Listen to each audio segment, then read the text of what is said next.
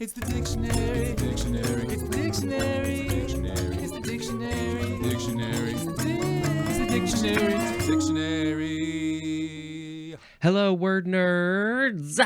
Welcome to the dictionary. Hello, everybody. What's up with your faces? This is what's up with my face.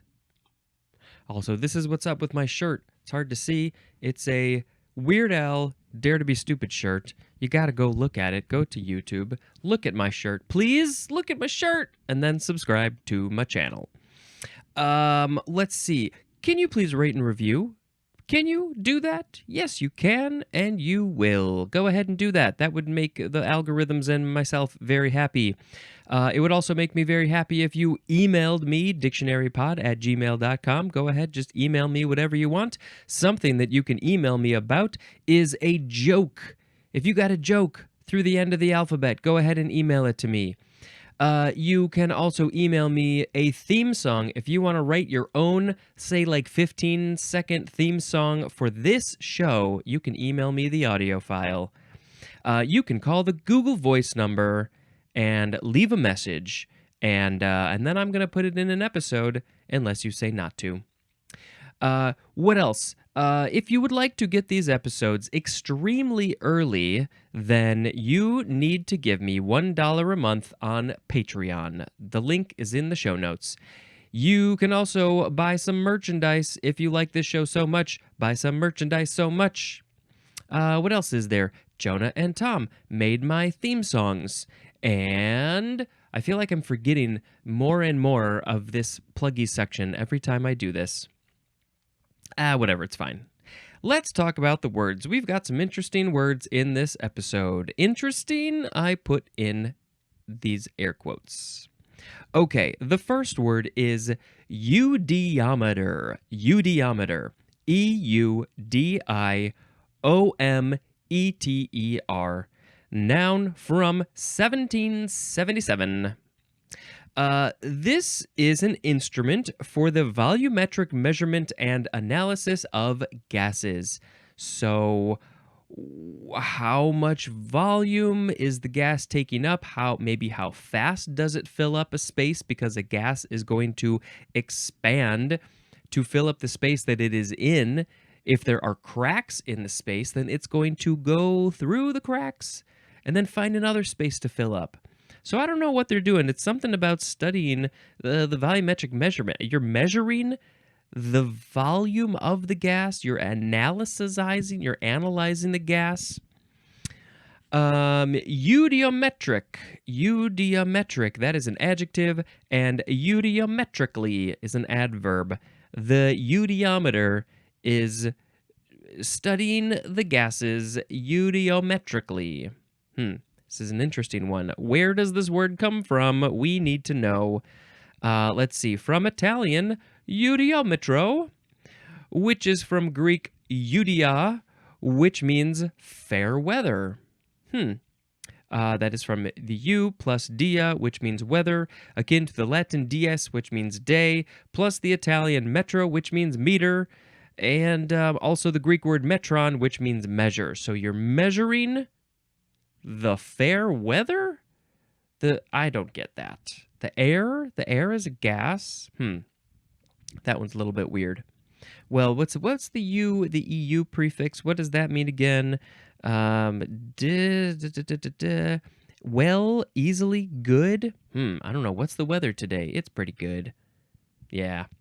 I don't got anything else. Maybe we need to look at a picture of one of these eudiometers. You know what? I'm just gonna do a little quick check right now because I just need to see what things look like. It looks like a beaker with some tubes and some other stuff. Looks kind of simple when you really look at it. You could probably make one of these at home, maybe. Let's go on to another word, but first I gotta make a sound effect, which is gonna be... The next word is eugenic. Well, we'll get into it. The sound effect and the word don't go hand in hand. Eugenic is an adjective from 1883. Okay, get ready. if you've never heard of this before, if you're a regular listener and you don't know this, you might get frustrated. Okay, number 1, relating to or fitted for the production of good offspring. And that's a subjective word, good offspring. What's good? Well, okay, it's gonna get, we're gonna get, yeah. Number 2, of or relating to eugenics. Eugenically is an adverb. And we do have etymology here. I mean, we're going to have some more related words. But this word is from the Greek word eugenes, which means well-born. Also from that's from the eu prefix plus genes, which means born. It's all, that's Genesis, the creation, the born, when a thing is born. There's more at the suffix gen. So, yeah, it's well-born. That's what it means. What's well-born? Is the thing born the way you want it to be? Is it good offspring? Well, what else does the dictionary have to say about this word or these related words? We have next eugenicist. Eugenicist, noun from circa 1909. This is a student or advocate of eugenics. And I think we're going to get a lot. Yep, let's go on to the next one. Eugenics, noun from 1883. A science. I wonder if people still like to use the word science there. A science that deals with the improvement of hereditary qualities of a race or breed. There's an example. Improvements would be by control of human mating. Do you see where we're going with this? Do you see why you might be frustrated? Some of you might be frustrated. Most of you might be frustrated. I know I am.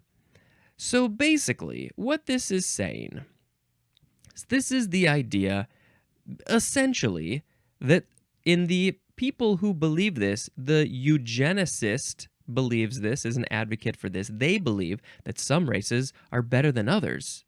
And to keep the good qualities of certain races, then the people in that race need to keep on breeding so more people have those good qualities, quote unquote good qualities, because of course the other races that have quote unquote bad qualities, which of course we know is just factually insane. And so, they don't want to mix the races. Why would you want to mix the races? Oh, I don't know, because you make more interesting and cool people that way. I don't know, maybe, possibly. Yeah, so clearly, I think this is ridiculous, and I will put a link in the show notes because I'm sure there's a ton of interesting, more flabbergasting information there. But yeah, this is a thing that some people believe, and I think there's a lot of examples throughout history that I couldn't even tell you about that are all based in this idea. Whether or not they were using the word eugenics, I don't know, but some of them for sure probably were. What else? I don't know. I don't really want to give it any more time than it is due. So let's go. The next word is eugenist. Eugenist. And it is a noun from 1908, and the synonym is eugenicist, which came about 1 year later. So then I guess when eugenicist came around, people were like, we love eugenicist way better. And then eugenist was like, but I came first, and I think that I should be the word. And then eugenicist is like, nope, I'm the cooler word. People like me better. Next is eugenol or eugenol. And I'm worried if this is going to be related. Let's see. Eugenol, noun from 1886. Oh, good, it's different. This is a colorless aromatic liquid phenol, C10H12O2, found especially in clove oil and used commercially in flavors and perfumes, and in dentistry as an analgesic or analgesic, whatever way you want to say that word that doesn't make you giggle or does make you giggle. This is from the New Latin word Eugenia, which is the genus of some tropical trees. So that must be where they're getting this clove oil from. As it smells so nice and it tastes so nice. I gotta smell it twice. Okay, that's eugenol. Next is eugiosyncline. Eugiosyncline. Yep, that's it. Let's see. EUGEOSYNCLINE. Eugiosyncline. For some reason, it doesn't sound like that's how it should go, but it does. Noun from 1942. A narrow, rapidly subsiding geosyncline, usually with volcanic materials mingled with clastic sediments. And euosynclinical. No.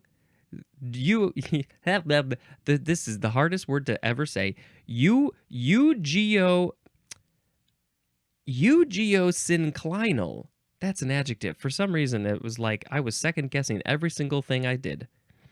So I don't know what a geosyncline is, but it is one of those that is subsiding quickly, and it's narrow, and it's got volcanic materials mingled with other things.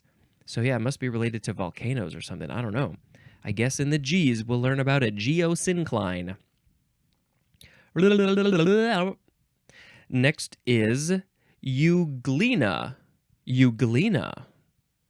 EUGLENA. Euglena. Noun from circa 1889. This is any of a genus Euglena of green freshwater flagellates, often classified as an algae or algae. Lots of ways to say these words. Flagellates, I think I said that word right. I'm guessing that those are little things with tails. Maybe, probably. Green freshwater flagellates, often classified. So it's like, they're like an algae, like a seaweed maybe kind of thing. And they're green. And yeah, flagellates.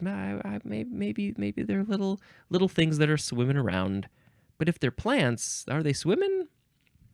Euglena. Well, this word is from its genus name, which is from the EU prefix plus the Greek word gleni, which means eyeball or socket of a joint.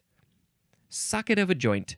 Sucky it to me. So when your shoulder is in the joint, it can move all the way around. It's like a ball socket joint. And I guess maybe the ball that goes in the socket is also like an eyeball. Can you imagine if your eyeball was in your shoulder joint? And why? Okay, well, now we have to look up a picture of these euglenas because, why? Do they look like eyeballs? They have an eyeball. Well, they have something that looks like an eyeball at least. Well, they look kind of like sort of squatty worms. And I can imagine these all just swimming around, and they look like a single-celled organism. They got the mitochondria, the chloroplasts, the stigma. They got a flagellum. They got a little tail hanging off the end. Photoreceptors, contractile vacuoles, Golgi apparatus, endoplasmic reticulum, stored carbohydrate, and the nucleus and the nucleolus, and that's the part that looks like an eyeball. It's this big, like red-orange thing, and they were like, it's a plant, maybe, but it also looks like it's looking at me, so I'm gonna name it after an eyeball. That's it for the euglenas. Okay. Next is euglenoid. This is a noun from 1885. Any of a taxon of varied flagellates as euglena that are typically green or colorless stigma-bearing solitary microorganisms with one or two flagella emerging from a well-defined gullet. And wow, lots of stuff there, that few things I didn't know about. What's this well-defined gullet? I have a vague memory of some other word, at least one word, that also was related to this gullet thing, and I don't know what exactly we're talking about. But it bears stigmas. It's got some stigmas. I don't know where the stigma is, but that's the eye. Oh, wait a minute. That says eye spot, but that's different than the nucleus. That's a whole different thing. What's this picture say? There's all these little balls at the bottom by the flagella, the flagellum, and those are called stigmas. The plot thickens. Okay, so yeah, this is all these euglenas. There's other things that are euglenoids that are similar. The taxon is euglenoidina, or euglenophyta. I think you should, if you're gonna have a baby, you should name your baby euglenoidina.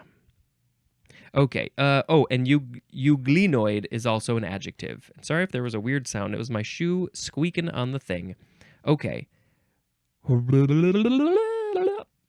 Next is euglenoid movement. 2 words. This is when all the euglenoids come together and they're like, we need more rights for the euglenoids. And that's the movement. This is a noun from 1940. Writhing, usually non-progressive protoplasmic movement of plastic-bodied euglenoid flagellates. Writhing, usually non-progressive protoplasmic movement of plastic-bodied euglenoid flagellates. I just gotta move on from there. Next is euglobulin. I think this episode might win the award for the best sounding words. Euglobulin, noun from 1904. A simple protein that does not dissolve in pure water. And I just feel like there is so much more information that probably could have been put there, but there's no space, there's no room. I mean, if you know what a simple protein is, then maybe that's enough for you. Maybe you're like, oh, well, I know a simple protein, and most of them dissolve in pure water, Spencer guesses. But this euglobulin does not dissolve in pure water. So clearly we have called it a euglobulin. Okay. Next is, oh yes, this is a fun word to say, euhemerism. Euhemerism. euhemerism. You can also just say euhemerism. Noun from 1846. This is interpretation of myths and traditional accounts of historical persons and events. Euhemerist or euhemerist, that is a noun. The person who is interpreting these myths. What else are they doing? They are, they're interpreting these traditional accounts of historical people or events. So these things happen. There's these mythical things or these actual people and events, and then over time people are talking about it and maybe writing stories about it and putting on plays about it, making musicals and things. But you know, the meaning changes over time maybe, or people interpret the meanings in different way. Maybe they're metaphorical, but people view those metaphors in different way. And so this person, this euhemerist, is doing some euhemerism, and they're interpreting it the way that they would like to interpret it. Let's see. Well, I was thinking that there would be some more interesting etymology. It is interesting. I just thought it would be different. This is from Euhemerus, who was a 4th century BC Greek mythographer. So my guess is that this person, Euhemerus, they were interpreting and studying all of the Greek mythology things from even before the 4th century BC. That was a long time ago, but they go back even further. They're studying stuff even further behind than them, further in the past. So after that, people were like, hey, I want to interpret this stuff just in my way. I want to be like Euhemerus, so I will be a Euhemerist. Euhemeristic, that is an adjective. Next is eukaryote or eukaryote. You can spell it with a K or a C, like we learned in the previous episode, right? Somewhere around there there's eukaryote. Okay, this eukaryote word is a noun from 1943. Any of a domain, eukarya, that's the name of the domain, or a higher taxonic group, eukaryota, above the kingdom that includes organisms composed of one or more cells containing visibly evident nuclei and organelles. It says compare to, I think these would be other domains or kingdoms or something, archaea or archaea, bacterium, and prokaryote. So let's see, eukaryotic, that is an adjective. So what are the things about these eukaryotes? Let's see, they're above the kingdom. Well, isn't it like the plant kingdom, the animal kingdom, the fungi kingdom? And then so these above that, bigger categories. So yeah, then we got all these other things that are different. They have one or more cells, and they have a visible nuclei or organelle. These euglenas probably are eukaryotes. They have the same prefix in their name, and I believe that I can see, yes, I'm seeing actual photos. You can see the nuclei and the organelles and all the stuff that goes inside of them. So maybe we need to, let's just look up pictures. What are the eukaryotes? You know, it's just stuff and cells sometimes. Oh, here's a fun picture. Prokaryotes versus eukaryotes. Well, they both got a cell membrane. They both got ribosomes. There's some differences, but the way it's all organized inside of the body is a little bit different. They have different pieces, different structures, organelles, I guess you'd call those. Yeah, they got different stuff. Obviously eukaryotes they're a big thing in this planet. So we got to put a link in the show notes for big things on this planet. So let's put a link for eukaryotes into the show notes. Oh, a link for eukaryotes in the show notes. Not much. Yeah, archaea, bacterium, prokaryotes. Those are other sort of like similar domains, I guess, just like eukaryotes.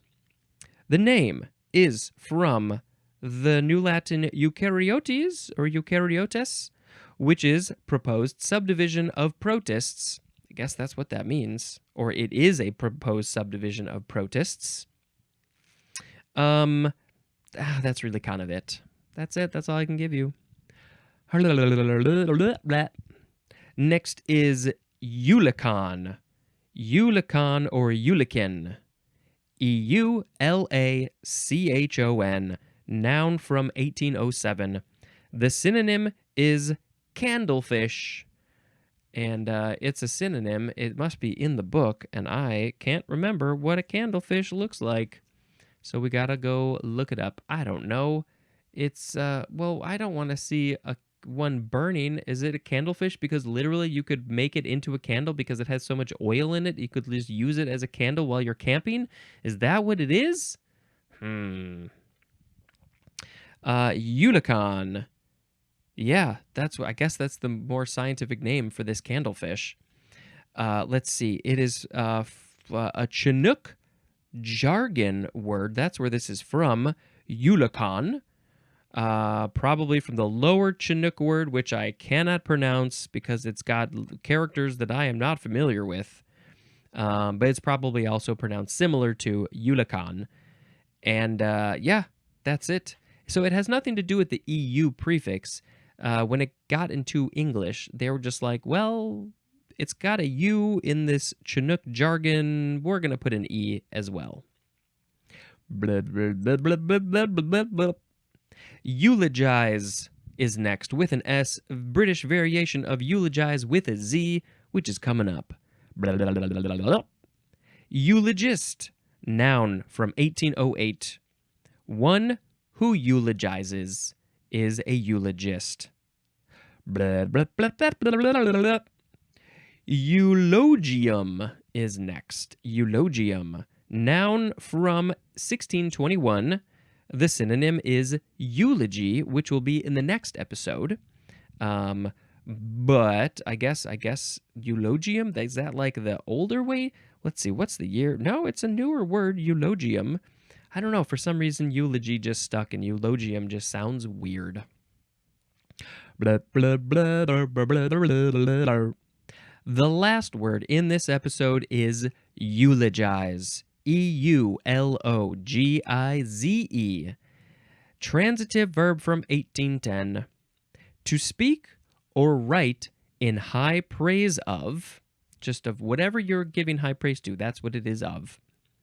The synonym is extol, E-X-T-O-L, which we'll get to eventually in the E's. So usually when we eulogize, it is about somebody who is dead. You write a eulogy, which again we'll learn in the next episode. But yeah, it's usually about somebody who's dead. At that time, when somebody is dead, that's the most appropriate time that you should give them high praise. Why would you do it when they're alive so they can hear it? Wait until they're dead, and then you can give them high praise amongst all their family and friends. That's the best time. You're speaking it, or you're writing it, or both. Maybe you wrote it, and then you speak it out loud in front of people, and you're very nervous, and maybe you're crying. And I have done this a bit. And so, yeah, you are eulogizing. But I think that we need to do more of this when people are alive. Before they go, before you miss your chance, tell them how you feel. Tell them how much they have meant to you. Tell them how great they are, all the wonderful things that they have done. Remind them. Validate their feelings. Make them feel good. Why wait until they're dead? That's what I say.